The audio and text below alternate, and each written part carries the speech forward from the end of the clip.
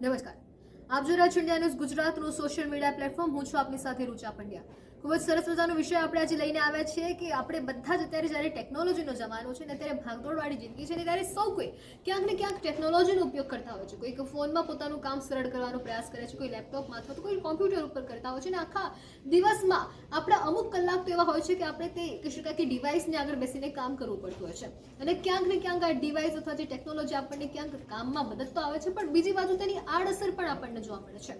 આડઅસર સૌથી વધારે તો તે વિષય માટે જોવા મળે છે કે આપણા ખભા અથવા જે ગળાનો કહી શકાય ડોકનો ભાગ છે તે વધારે ને વધારે તેના કારણે આપણને દુખાતો હશે. કારણ કે આખો દિવસ આપણે સૌ કોઈ જાણીએ છીએ કે એકદમ નીચે માથું કરીને કમર વાળીને આપણે જ્યારે આખો દિવસ બેસીને તેના પર ટાઈપ કરતા હોય તો ફોનમાં કંઈક કરતા હોઈએ અને તેની જે આડઅસર છે તે ચોક્કસથી આપણા ખભા પર પડે છે, આપણી ડોક પર પડે છે. અને ક્યારેક ક્યારેક એવું પણ થાય છે કે જો લાંબા સમય સુધી આપણે આપણી સ્થિતિને હલાવતા નથી, આપણી ડોક નથી હલાવતા, આપણું શરીર નથી હલાવતું, તો એકદમ તે સ્થિર થઈ જતું હોય છે અને તેના કારણે ઘણી બધી બીમારીઓ પણ થઈ શકે છે.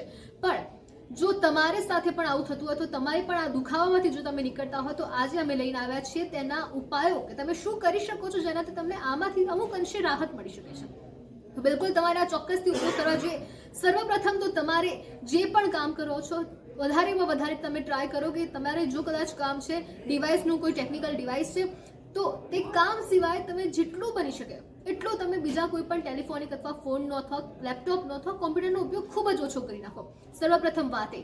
બીજી વાત એ છે કે તમે હેન્ડ્સ ફ્રી જે પણ ટેકનોલોજી છે તેનો ઉપયોગ કરી શકો છો. કે વારંવાર તમારે કોઈની સાથે જો ફોનમાં વાત કરવાની છે તો તમારે કાન ઉપર અડાડીને તેની સાથે ના વાત કરી શકો, કારણ કે તેના કારણે હાથ પણ દુખી જતા હોય છે, ડોક પણ દુખે છે. અને ત્યારે કરી શકીએ કે જે પ્રકારની ટેકનોલોજી આપણને મળી રહી છે તેનો પણ આપણે ચોક્કસથી ઉપયોગ કરવો જોઈએ.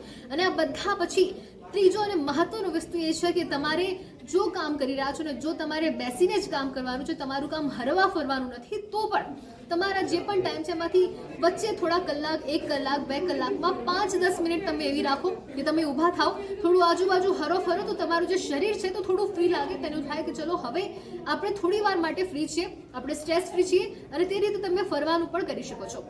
અને ચોથું અને મહત્વની વાત એ કે આખો દિવસ આપણે કામ કરીએ છીએ, આપણે કામ શાના માટે કરીએ છીએ? આપણા માટે જ કરીએ છીએ કે આપણને કંઈક સારું શીખવા મળે, આપણને સામે કંઈક સરસ વિચારની મળી રહે. પણ આ બધા કામો છે જ્યારે આપણું જ શરીર છે તે સફર થાય તો તે કેટલા અંશે યોગ્ય છે. અને તેટલા માટે જ ચોક્કસથી તમે જ્યારે પણ કામ કરો છો આખા દિવસમાં 24 કલાકમાં તમારે મિનિમમ 15 થી 20 મિનિટ એવી કાઢવી જ પડશે કે જેમાં તમે તમારી જગ્યાથી ઊભા થાઓ, ઓફિસમાં હો, બહાર હો, બીજી ક્યાંય પણ હો, તમે 5-10 મિનિટ જગ્યા માટે ખાસ જગ્યાએ રહીને પોતાના માટે ટાઈમ કાઢીને તમે નોર્મલ એક્સરસાઇઝ કરી શકો છો, સ્ટ્રેચિંગ કરી શકો છો. અને ઉપરાંત ઘરે જાઓ તો ઘરે પણ 10 થી 15 મિનિટ, બીજું કાંઈ નહીં તો યોગા કરો, ચાલવાનું રાખો અને પોતાના શરીર માટે કંઈ કરો જેથી તમારું શરીર જકડાઈ ના જાય અને આ બધી વસ્તુના સાઇડ ઇફેક્ટ પણ તમને ના થાય. કેવી લાગે તમને આ ટિપ્સ? તમને ચોક્કસથી જણાવશો. વધુ અપડેટ્સ માટે અમારી સાથે જોડાયેલા રહેશો. આભાર.